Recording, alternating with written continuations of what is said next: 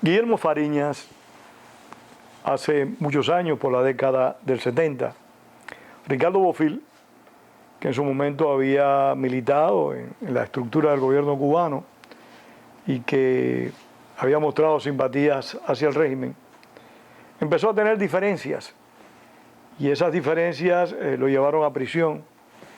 Y en la prisión, junto con otros compatriotas, se gestó la idea de crear el Comité Cubano Pro Derechos Humanos.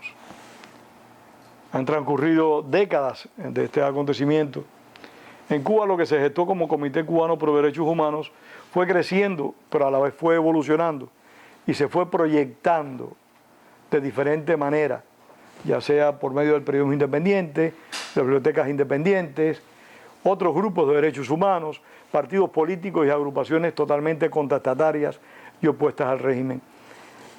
Tú eres, pudiéramos decir, de una hornada diferente a la de Ricardo Bofill, de un tiempo distinto, pero se puede decir que mantienen el mismo compromiso de vida, la misma defensa de los derechos humanos que se gestaron en los años 70 en Cuba y que abanderó en su momento Ricardo Bofill.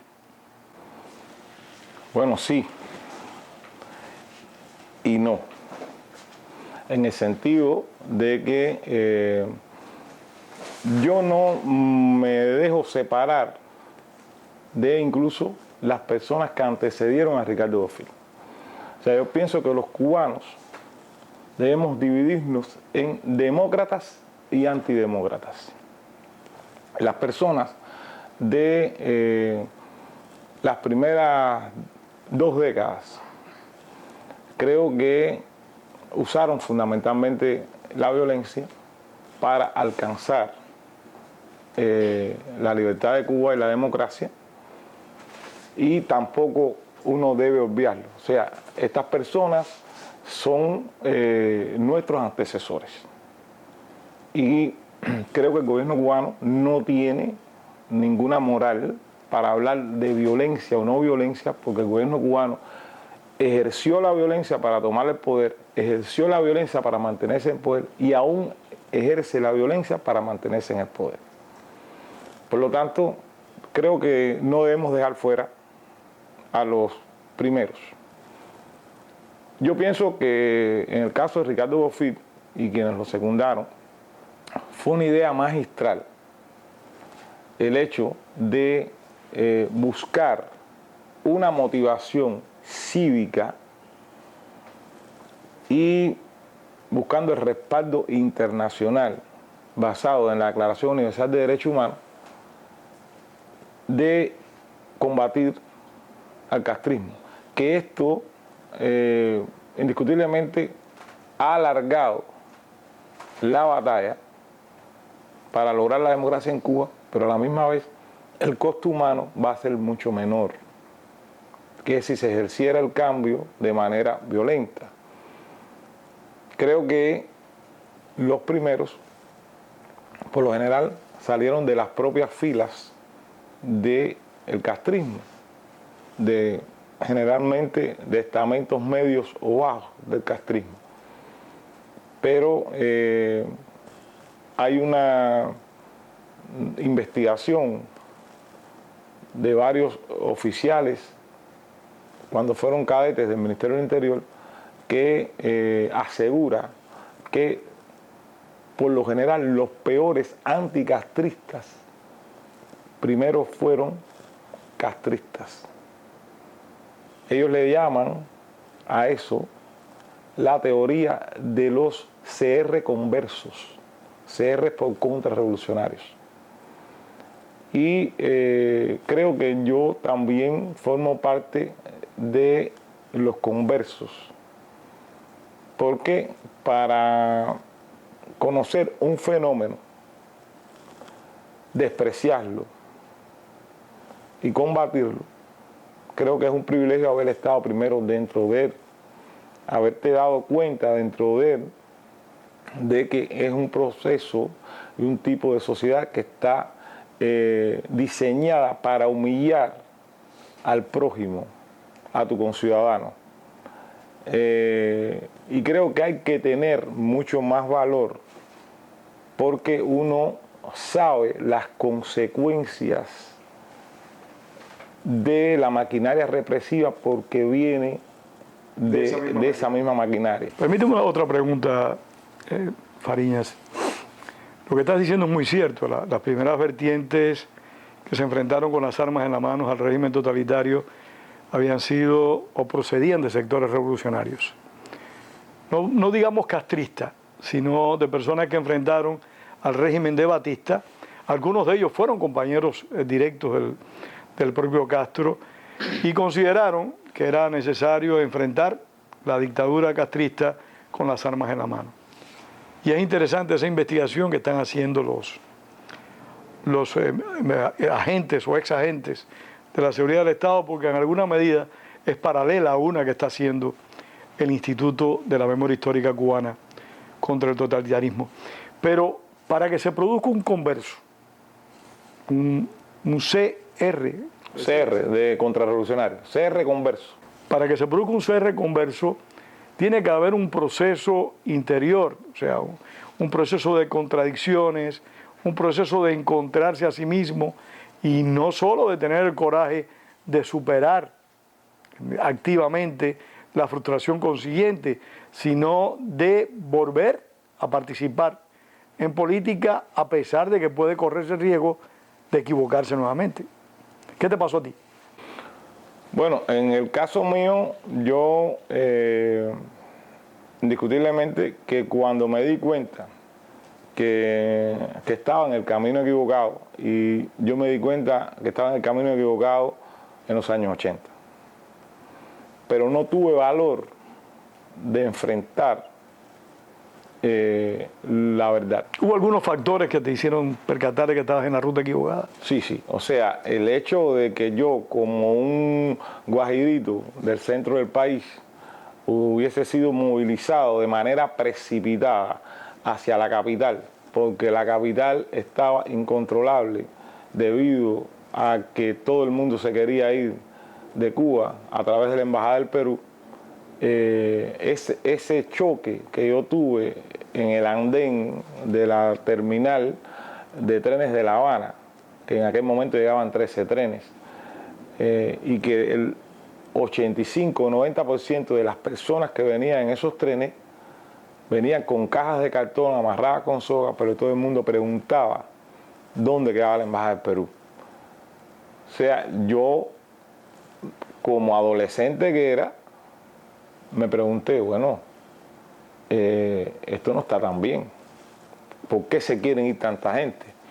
El hecho que la Embajada del Perú hubo que darle lo que era, ahora hay hoteles construidos ahí, pero detrás de la Embajada del Perú estaba un área deportiva grande que se llamaba el CB Deportivo Pablo La Torriente Bravo, en la calle 70, de Quinta hacia arriba.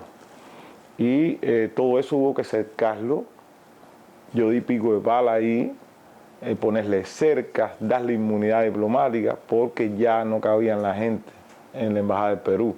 Pero después, cuando me percaté de que hubo que llevar para una unidad militar cercana a la presa de La Guayaba a la gente, porque ya no cabían dentro de La Habana, yo me empecé a preguntar qué estaba malo en mi país, que tanta gente quería irse. Y me fui dando cuenta de que, como dice Rebelión en la Granja, hay animales que eran más iguales que otros. Cuando uno cuidaba las casas de los altos dirigentes. Por suerte, yo en la Embajada del Perú me dediqué a repartir comida, a proteger a la gente. O sea, nosotros teníamos una misión fundamentalmente que era repartir cajas de comida, pero que la gente salieran de la embajada, le hacíamos un circo alrededor, los viejos, las mujeres, los niños, porque dentro era la ley de la selva, le quitaban la comida y comían fuera y después volvían a entrar.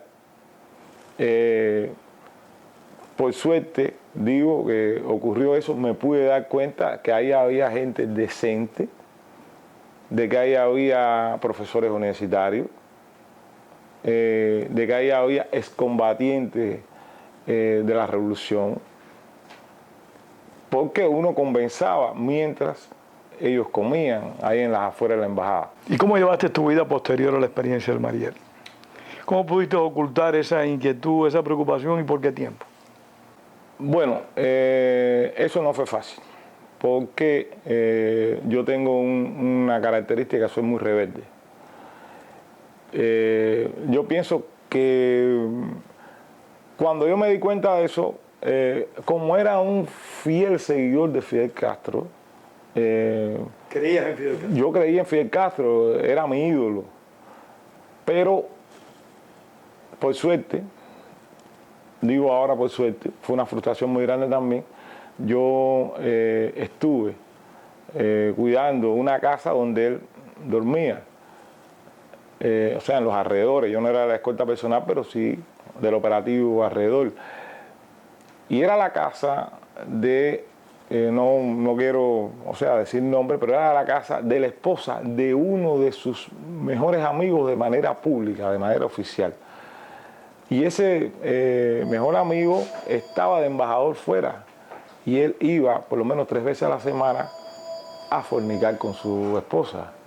Entonces yo ahí me di cuenta que Fidel Castro no era la persona íntegra que yo había idealizado. Eso también me hizo abrir los ojos. Después, cuando fui para la Unión Soviética, que cuando regresaba de las misiones en la retaguardia de Savimbi, veía lo que habían hecho las tropas antiguerrilleras con los aldeanos angolanos. También me percaté de que las tropas cubanas estaban actuando como los nazis contra los bielorrusos o los ucranianos, que era cuando aquello en Cuba se ponían muchas películas soviéticas sobre esas actuaciones genocidas.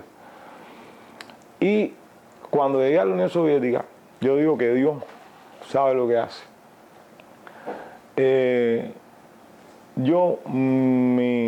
Mi academia quedaba en la ciudad de Tambov, que fue durante muchos años el núcleo anticomunista de Rusia, donde hasta 1939 existieron guerrilleros, los famosos Lobos de Tambov. Y era una ciudad que estaba dividida entre los oriundos, que eran anticomunistas, y los que habían venido de fuera, que generalmente eran militares, porque había muchas unidades militares y muchas academias militares ahí. Y en el intercambio con los rusos, herederos de los Lobos de Tambov, pude saber lo que había sido las gulag, las represiones, el hambre en Ucrania. Se puede decir que Rusia para ti fue una especie de escuela también. Yo yo tengo unos artículos que se llaman Gracias a los Lobos de Tambov, porque en esta investigación que te estoy diciendo, hay un oficial que está haciendo su doctorado que quería saber cuándo realmente yo me convertí en anticomunista. Yo pienso que yo me convertí en anticomunista ya, que yo dije que el sistema no funcionaba a partir de mi estancia en Tambov. O sea, pasaste de la etapa natural de la desconfianza, el descontento, para convertirte en un opositor, en un enemigo. En un enemigo, pero en un enemigo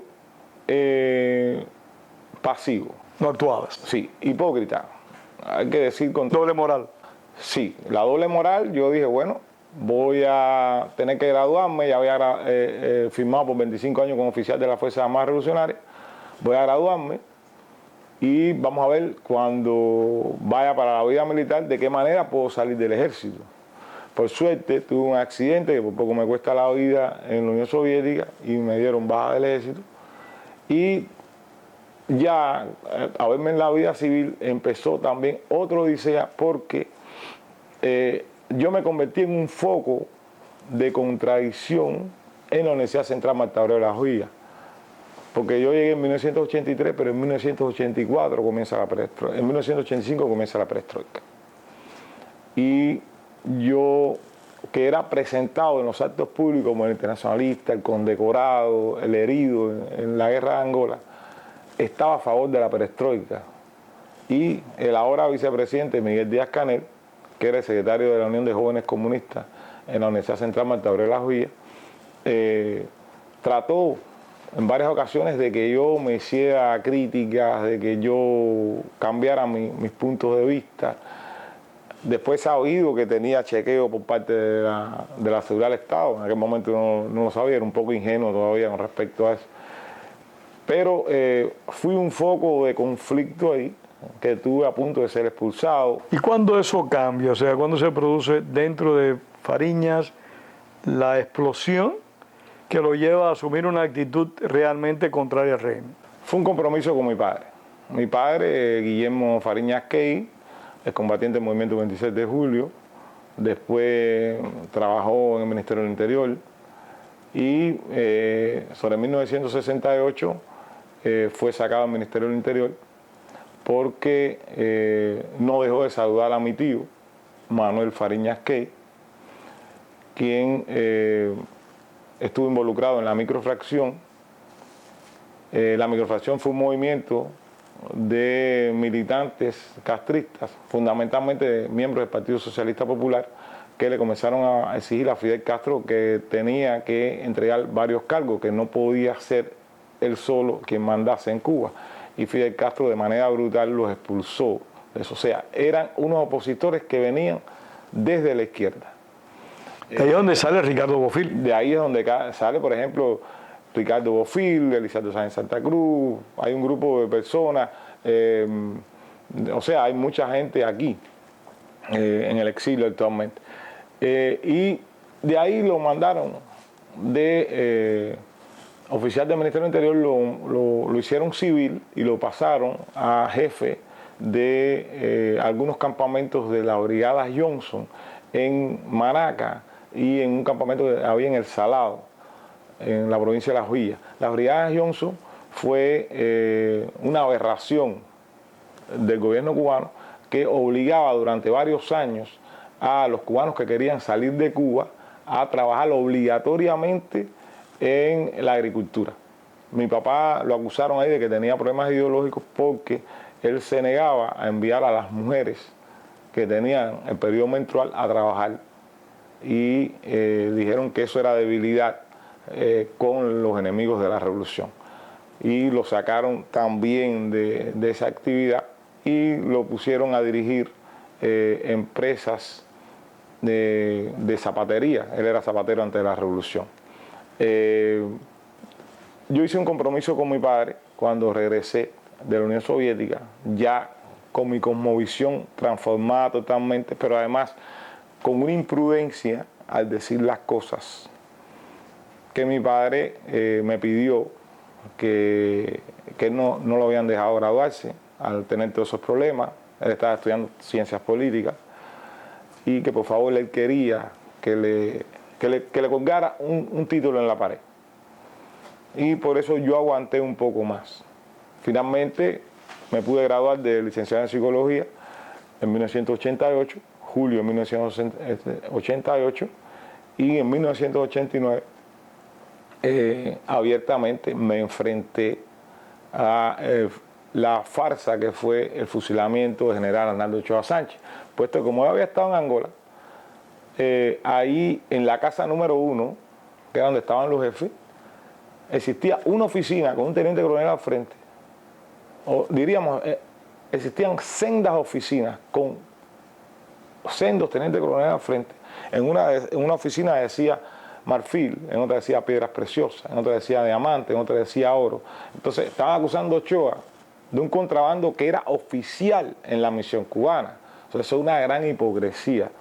Pero además el Código Penal cubano en aquel tiempo establecía que el tráfico de drogas, que era de lo que supuestamente se le acusaba, era 20 años de privación de libertad, no había por qué fusilarlo. Y era una aberración jurídica de decir que todos sus méritos debían ser agravantes en vez de atenuantes. Por lo tanto, yo eso todo lo dije en mi comité de base de la Unión de Jóvenes Comunistas en el Policlínico Camajuaní y fui expulsado sumarísimamente de la Unión de Jóvenes Comunistas.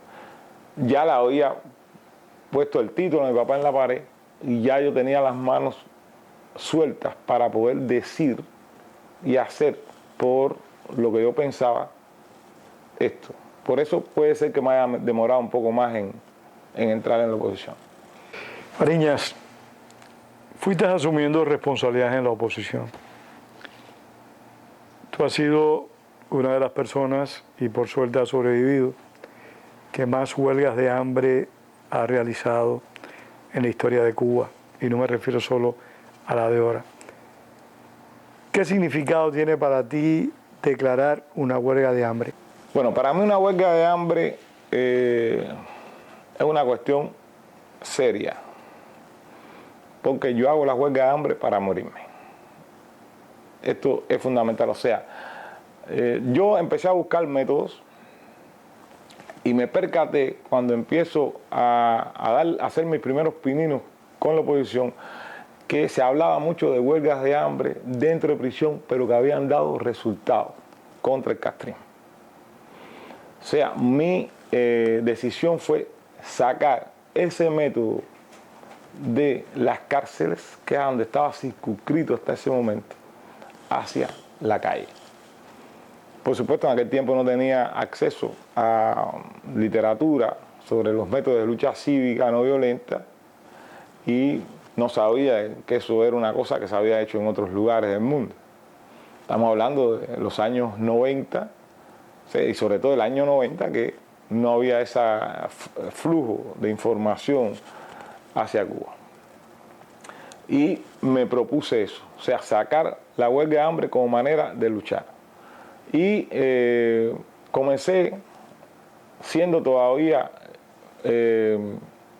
psicólogo clínico en el Hospital Pedro Borrás, donde tuve que carenar finalmente porque de Camajuaní me expulsaron para Santa Clara. De Santa Clara me dijeron que me habían acomodado mucho y me mandaron para Santo Espíritu. En Santo Espíritu finalmente dieron casas a todo el mundo y a mí no me dieron porque no era confiable políticamente. Me tuve que ir para La Habana, que había trabajo pero no había casa. Tuve que vivir en casa de familiares míos en La Habana. Pero eso me dio la oportunidad también de chocar con la disidencia en La Habana, porque traté de chocar con la disidencia en las villas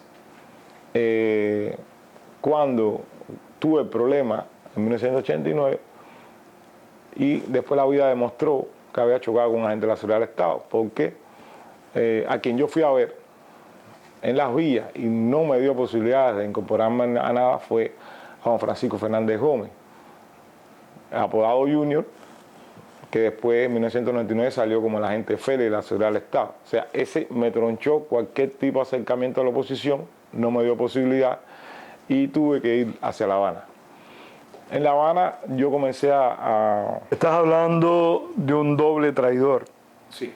Sergio conspiró en la década del 60, estuvo preso varios años, salió en libertad, si es que se puede decir libertad, en Cuba, y evidentemente por las razones o los motivos que lo hayan llevado, se puso a trabajar con el gobierno cubano.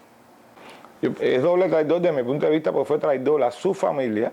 Fue traidor a todos. Y fue traidor a sus compañeros. Sí. Por eso estamos de acuerdo en eso que... Pero bueno, por suerte, porque Dios sabe lo que hace, tuve que ir a carenar a La Habana. En La Habana,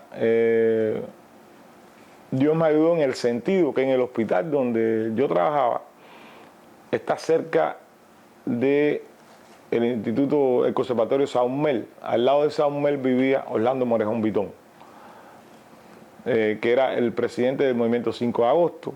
Yo le comencé a tratar a su hija, que estaba bastante alterada psíquicamente por la represión hacia su padre, y ahí me comienzo a vincular con una parte de la oposición. A la misma vez, digo que Dios siempre ayudó. A Osvaldo Payá lo designa en comisión de servicio a trabajar en el Borrás, a arreglar toda una serie de equipos. Lo conozco también. Yo estaba viviendo con una tía mía en Playa, muy cerca de Elizardo Sánchez. Lo pude identificar que era ahí donde vivía porque le hacían actos de repudio. Al doblar del Borrás, por la calle 25, vivía Héctor Palacio Ruiz. Entonces empecé a buscar literatura, a informarme de qué hacía cada cual, porque sabemos que, o sea, la oposición indiscutiblemente está penetrada. Uno yo me convertí en una especie de observador, iba a actividades, trataba de leer entre líneas los pensamientos de cada cual para después decidir. Finalmente me decido por el grupo 5 de agosto, Movimiento 5 de agosto, Orlando Morejón Pitón, y ellos, debido a mi perfil como máster en ciencia, como profesor de la Facultad de la Universidad de La Habana, la Universidad Médica de La Habana, la Facultad de Fajardo, el Hospital Fajardo, ellos trataban de no encarcelarme y me comenzaron a desviar hacia maestrías en ciencias. Hice 2 maestrías, me trataron de sacar del hospital porque también los oficiales se percataron que me había convertido en un punto, en un líder, como ellos me decían, un líder negativo en el Borrás. O sea, a mí me eligen secretario general del sindicato porque era un trabajador que decía las cosas como había que decirle y no le tenía miedo y no tenía compromiso con el Partido Comunista de Cuba, no tenía compromiso con la Unión de Jóvenes Comunistas, y ahí se crea una situación muy difícil para ellos porque el secretario general del sindicato no formaba parte del contubernio. Sí, algo totalmente anormal. Anormal. Ellos primero tratan de neutralizarme sacándome a maestrías. O sea, yo hice una maestría en antropología social y después hice una maestría en terapia de familia. Bueno, finalmente ya ellos se dan cuenta de que yo siempre voy a regresar. Los trabajadores se negaban a elegir a otro secretario general del sindicato y ellos aprovechan la cercanía del derribo de las avionetas, que ellos la tenían planificado indiscutiblemente. Pues también estaba colaborando con Concilio Cubano a través del Movimiento 5 de agosto y crean una provocación hacia mi persona en un consejo de dirección y me cancelan, diríamos 3 días antes del derribo de las avionetas. Paso a la prisión de Valle Grande y continúo sacando denuncias. O sea, la prisión como que en cierta medida fortalece tu compromiso, lo agudiza y lo hace más explícito, más conocido para los demás. Ahí yo me encontré un grupo de presos muy buenos. Estamos hablando de Omar del Pozo Marrero, el doctor, que vive aquí en Miami ahora. Estamos hablando de Omar López Montenegro. Estamos hablando de Montañez, López Montañez, que murió ya aquí en el exilio. Estamos hablando de Ibelis Escamejo, que vive aquí en el exilio. Y toda esa gente eran muy rebeldes, cada cual con sus métodos, pero eran muy rebeldes. Y me convencieron que el preso político no podía llegar a ningún tipo de compromiso con la autoridad. El preso político tenía que estar constantemente en una rebeldía cotidiana, estar denunciando.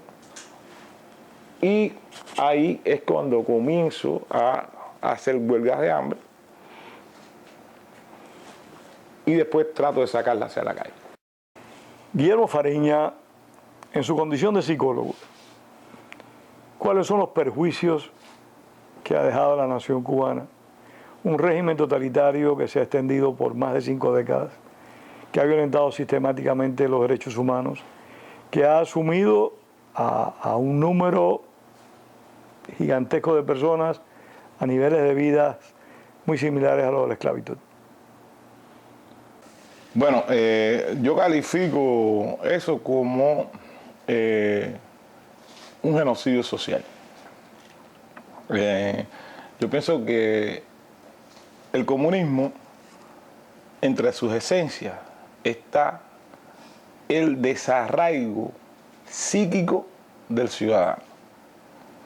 O sea, el ciudadano se convierte en una persona que tiene miedo pensar, que tiene miedo opinar y que tiene miedo innovar. Porque... ¿Y de asumir responsabilidades también? Y de asumir responsabilidades. O sea, yo pienso que asumir responsabilidades es una manera de innovar algo. Entonces, eso va contra el desarrollo del ser humano. Y cuando esto ocurre durante 5 años, es un síntoma, pero cuando ocurre durante 20 es un síndrome, y cuando ocurre durante 45 años es una patología.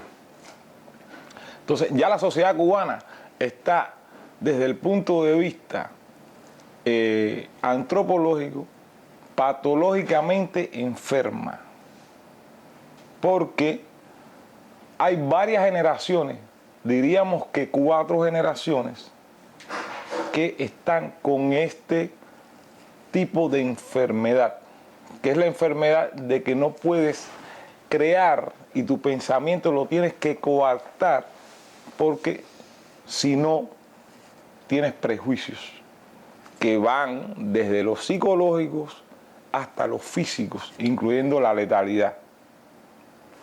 Entonces, y eso comienza cuando uno tiene 3, 4 años y como niño se le ocurre decir al ver un retrato de Fidel Castro, porque los niños generalmente aprenden a no mentir: mira, mira qué viejito está, mira, la barba se le está cayendo. Y tu padre o tu madre o tu abuelo, de manera brusca, te sacude por un brazo y te dice: eso no se dice.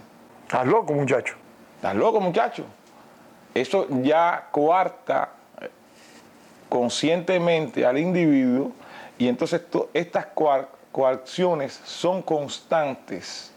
Cuando ese niño que tiene 3 años llega a los 12, que comienza la adolescencia, ya es una persona que sabe que para sobrevivir en esa sociedad hay que tener doble moral.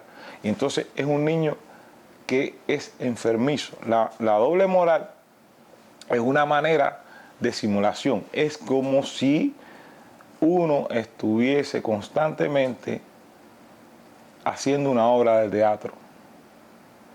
No puede ser uno. Y esto es patológicamente dañino. Yo pienso que, como psicólogo, yo lo veo desde el punto de vista social de esa manera. ¿Cómo se puede superar esa herencia? La herencia de esto, te digo que va a ser costoso y largo. Yo pienso que la reconstrucción material de Cuba va a durar entre 5 y 15 años. Porque realmente la infraestructura material del país está destruida. Pero bueno, por suerte tenemos una diáspora económicamente bastante activa.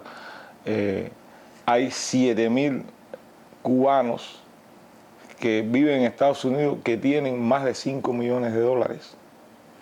Hay 17.000 que tienen más de 1 millón de dólares.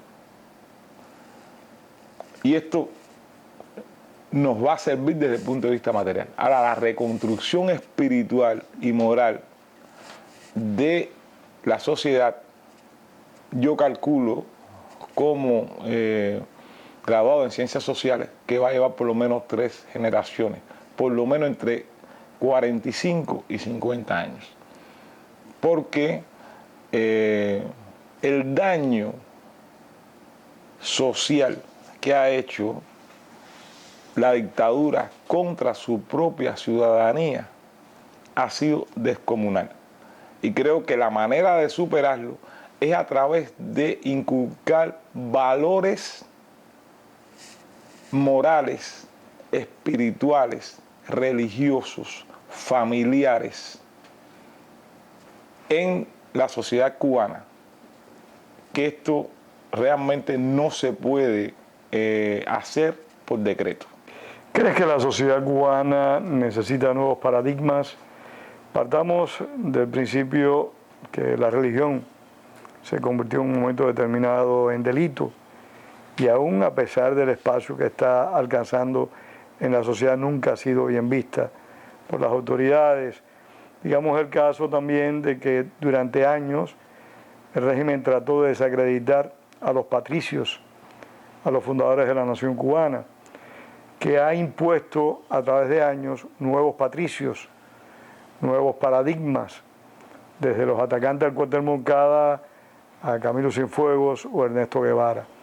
Necesitan esas nuevas generaciones nuevos paradigmas, independientemente a que regresemos a Carlos Manuel de Céspedes, a José Martí, a Ignacio Agramonte. ¿Tú crees que hay generaciones anteriores de la República que deben ser rescatadas esas figuras para que sirvan de ejemplo a las futuras generaciones? Yo pienso que la historia de Cuba no debe ser maniquea.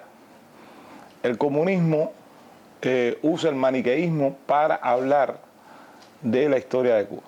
Creo que los cubanos deben ver los defectos que tuvo Carlos Manuel de Céspedes, que fue el padre de la patria, y las virtudes, como las de Martí, como las de Maceo, como las de Ignacio Agramonte, como las de Máximo Gómez, como la de Calixto García, como a Ramón Bonachea, Ramón Leocadio Bonachea. O sea, es importante que se sepan que la nación cubana la construyeron hombres y mujeres humanos, con virtudes y con defectos. Ahora, me refiero a la República en particular. La República, que fue lo que vino después de la Guerra de Independencia, también, o sea, hay que reconocer que, por ejemplo, personas como... digamos Carlos Prío Socarrá, Ramón Grau. No, pero más adelante, o sea, personas como Tomás Estrapama fue electo por encima de toda una serie de generales porque era la persona que garantizó todas las expediciones, toda la retaguardia, y nunca se robó un kilo del tesoro para la independencia de Cuba. Eso no se dice. O personas como Menocal, o como Mario García Menocal. Mario García Menocal, o como José Miguel Gómez, o como Gerardo Machado, fueron mambises y pelearon por la independencia y fueron bravos. O sea, hay que decir las cosas buenas y las malas, pero también, por ejemplo, que el primer mandato de Gerardo Machado, que fue un dictador indiscutiblemente,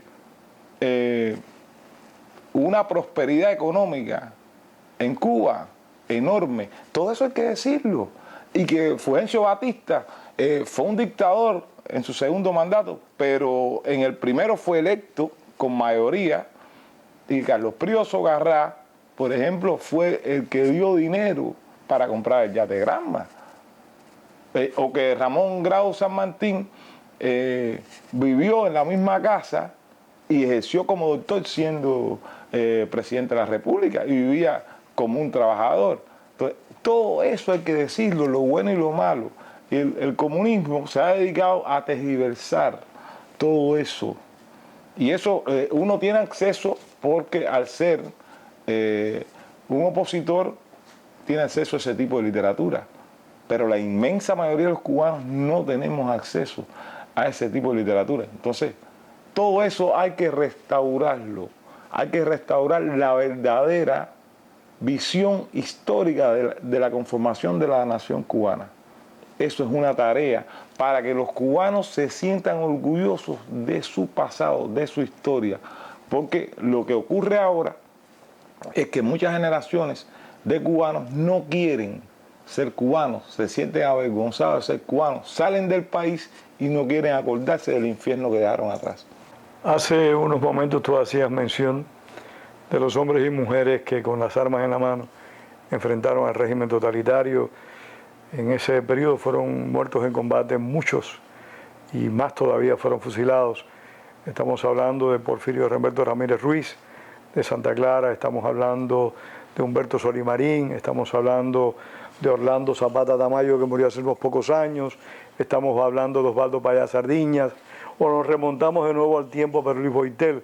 O sea, estamos hablando de un grupo de hombres y mujeres también que lucharon contra el régimen, que han perdido la vida en diferentes condiciones a través de estos años.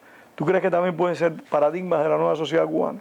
Por supuesto, esos son los mártires de ahora. Esos son los que el gobierno tuvo que eliminar físicamente para tratar de amedrentar a la oposición interna, para tratar de que nos frustrásemos, para tratar de que fuésemos cobardes con el compromiso con la historia.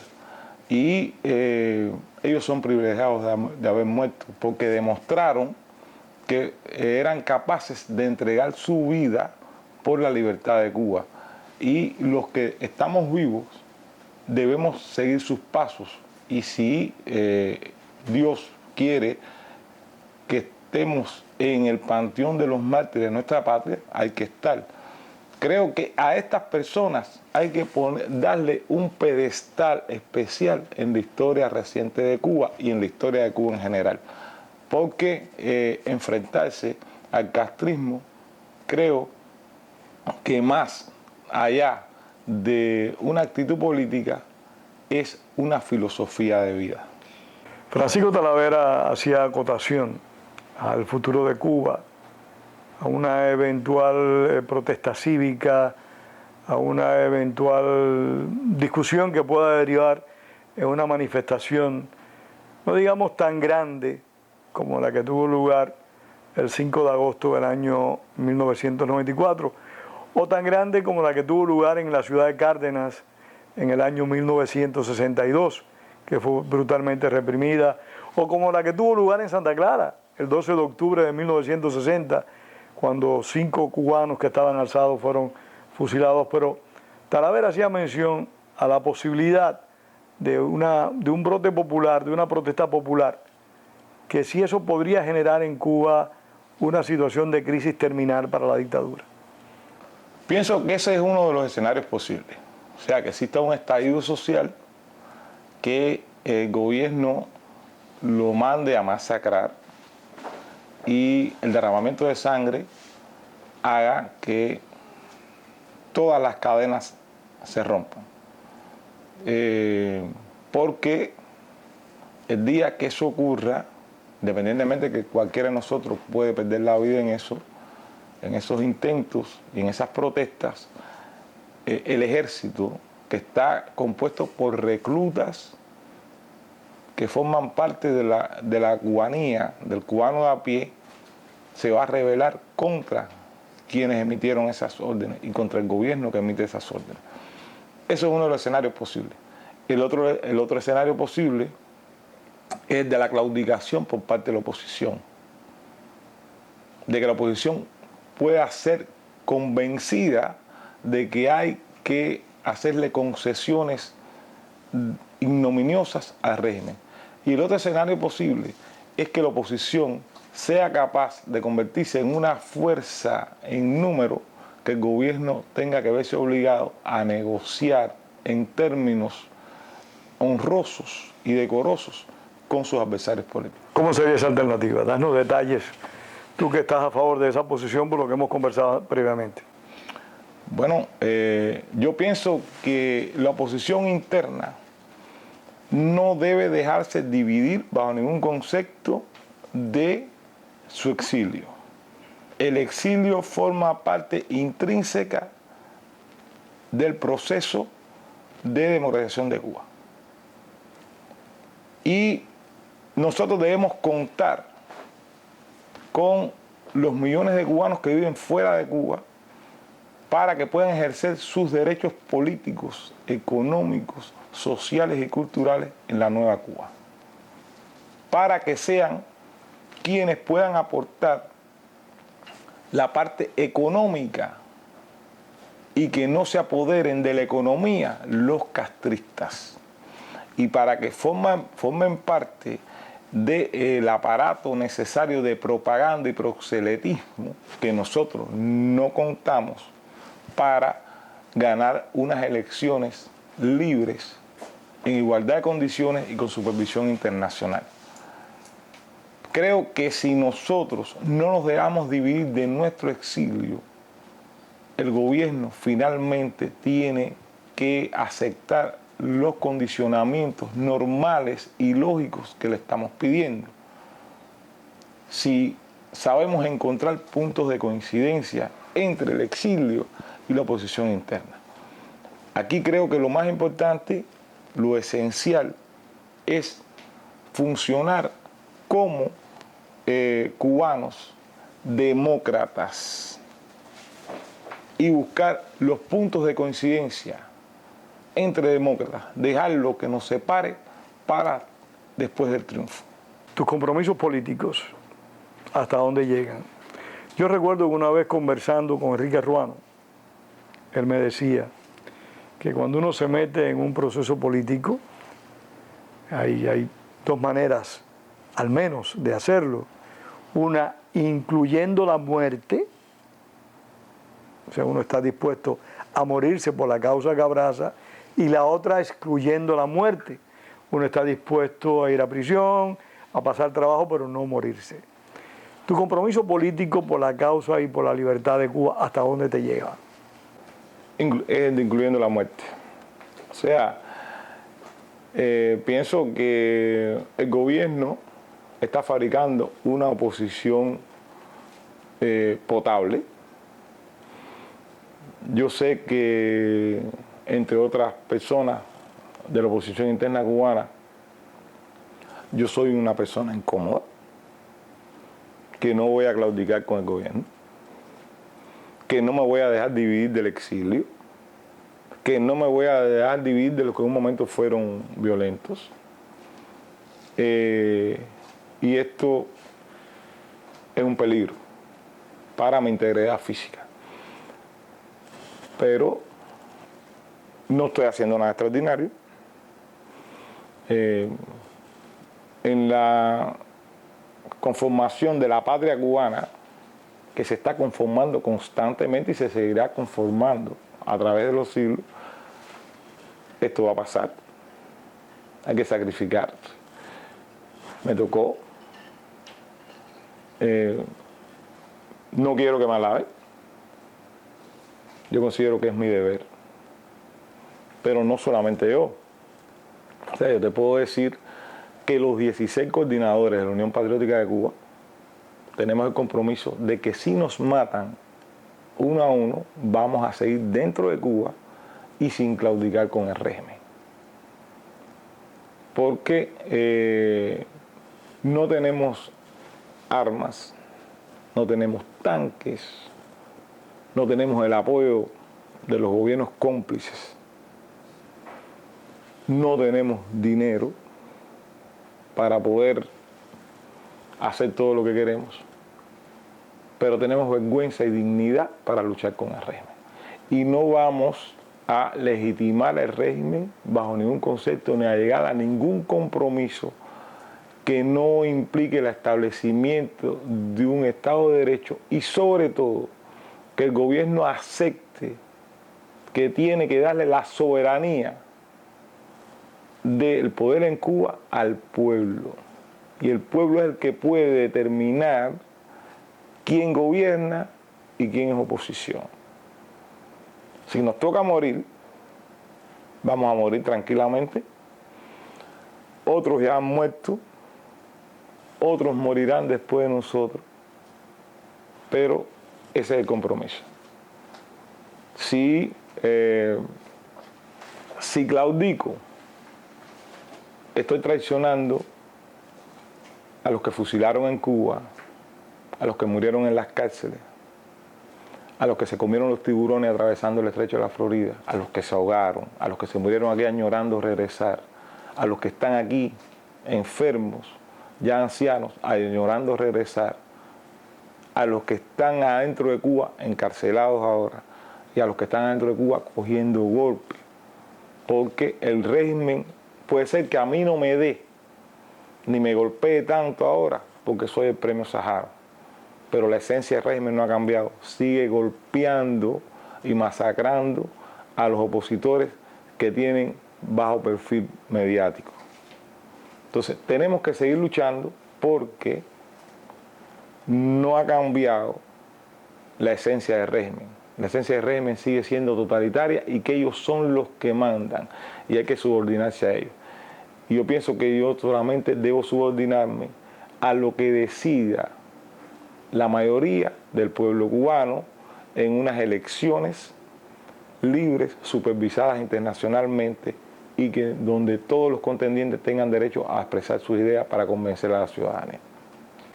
Algunos en el momento están haciendo mención de la sucesión que tuvo lugar de Fidel Castro a Raúl Castro, llegaron a plantear de que Raúl Castro iba a iniciar él mismo un proceso de transición.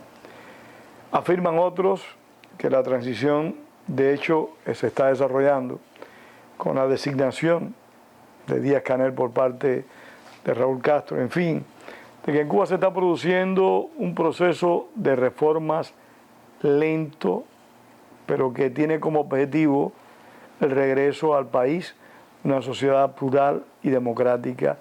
¿Crees tú que Raúl Castro pueda generar, abrir espacio para una sociedad abierta y libre en Cuba? Puede ser que lo que yo diga no guste, pero lo que se está gestando en estos momentos, por la información que tengo de compañeros míos de armas de Angola, de la Unión Soviética, de los camelitos, que son coroneles, tenientes coroneles, es una traición al pueblo de Cuba y a la patria cubana, como la que se hizo en 1959. Creo que en 1959 éramos como patriotas cubanos ingenuos, pero ya conocemos la esencia del régimen, que es una esencia engañosa. El gobierno cubano está tratando de crear la expectativa ante la opinión pública internacional, incluso ante el propio pueblo, que es el que está en el exilio, en la diáspora, pero es también el que está adentro, de que va a cambiar y que está cambiando.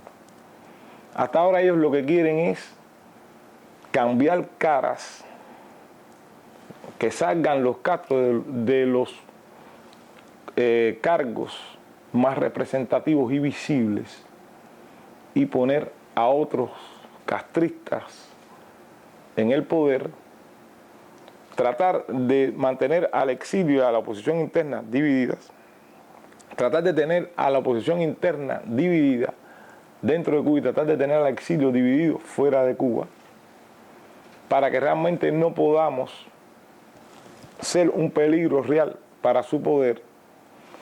Como dije anteriormente, está tratando de crear una oposición que claudique con ellos y que no le haga exigencias hacia un Estado de Derecho. ¿Pero qué ganaría? Perdona que te interrumpa. Primero, estamos de acuerdo que Raúl Castro, y es mi perspectiva, no va a generar ningún cambio en Cuba. Y que en Cuba estamos en un proceso de reajustes para gobernar más. Esa es la percepción que yo tengo, pero yo vivo fuera de Cuba hace más de 30 años. Eres muy bondadoso, Pedro. No un proceso de reajuste, es una traición. Porque te dije que en Cuba hay democracia o no hay democracia. En Cuba somos democráticos o antidemocráticos. Ahí no puede haber términos medios. No, estamos de acuerdo. Bien, entonces no es reajuste. Ellos están atemperándose a los nuevos tiempos, pero no quieren ceder el poder. A eso es lo que me refería con la palabra reajustes. O sea, simple y llanamente usar ciertos cosméticos para dar una imagen. Hay una frase muy interesante. Pierre Georgiou era un escritor rumano muy bueno. Y él decía que la diferencia que existía entre los ejércitos de ocupación, puso de ejemplo alemán y el nazi, era que el nazi usaba desodorante, pero que eran ejércitos de ocupación al fin. El régimen castrista de Raúl, pues lo que está tratando es, digamos, de usar desodorante. Pero esa oposición que tú dices que quieren recrear a la medida y conveniencia del sistema que hace pensar en 1984, ¿en qué beneficiaría al gobierno una oposición a su medida? Bueno, en primer lugar, yo creo que hay que decir algunos nombres. Por ejemplo, en el caso de este grupo de intelectuales cubanos que están alrededor de la revista Espacio Laical, que están hablando de que hay que ser una oposición leal al gobierno. Yo pienso que todo patriota tiene que ser leal a su patria, no a ningún gobierno. Los gobiernos llegan y se van. Lo que se queda siempre es la patria. Y este otro grupo de intelectuales que está alrededor de Pedro Campos, que también critican al gobierno, creo que ahí hay ya conformado un grupo de personas que quieren hacer una oposición que no tenga un nivel de exigencias respecto a lo que debe ser Cuba para que exista un verdadero Estado de Derecho y una democracia real. También existen figuras que no es necesario mencionar que están pidiendo que se le haga concesiones al gobierno cubano sin nada a cambio. Y en la política todo es a cambio de algo. Y la mejor negociación es donde tú pierdes algo, pero ganas algo. Entonces, pienso que el gobierno cubano está tratando de eliminar a los grupos y figuras de la oposición interna, y estamos hablando de eliminarlo desde el punto de vista físico, porque hay que recordar que Osvaldo Payá hablaba del cambio fraude. Claro, Osvaldo Payá no tuvo una trayectoria militar como es el caso mío de Ángel Moya Acosta, que tenemos compañeros de armas que nos están diciendo que eso que él decía, cambio fraude, nosotros lo estamos proyectando como putinismo, que es como lo están dando a los oficiales de la Fuerza Armada Revolucionaria.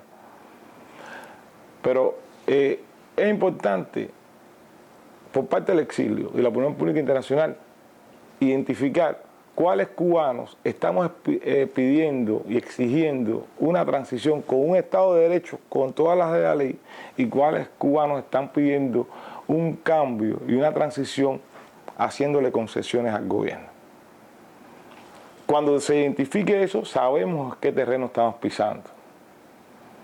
Y aquí lo que es importante, los cubanos, tanto de la diáspora, el exilio, como los que estamos dentro, tengamos problemas personales entre nosotros, tengamos sospecha entre nosotros, es crear toda una serie de exigencias que conduzcan a la transición esa hacia un Estado de Derecho y legitimar al gobierno, sea de Raúl, sea de Díaz-Canel, sea quien ponga por Díaz-Canel, que vaya hacia un Estado de Derecho donde se vote de manera democrática, con igualdad para todos, con observadores internacionales supervisando, no solamente el Centro Carter, Unión Europea, UNASUR, OEA.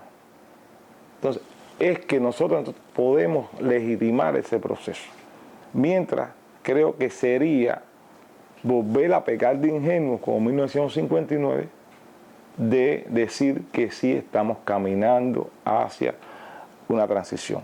Ahora lo que se está haciendo es un simulacro de transición. Muchas gracias, Guillermo. Muchas gracias. Gracias.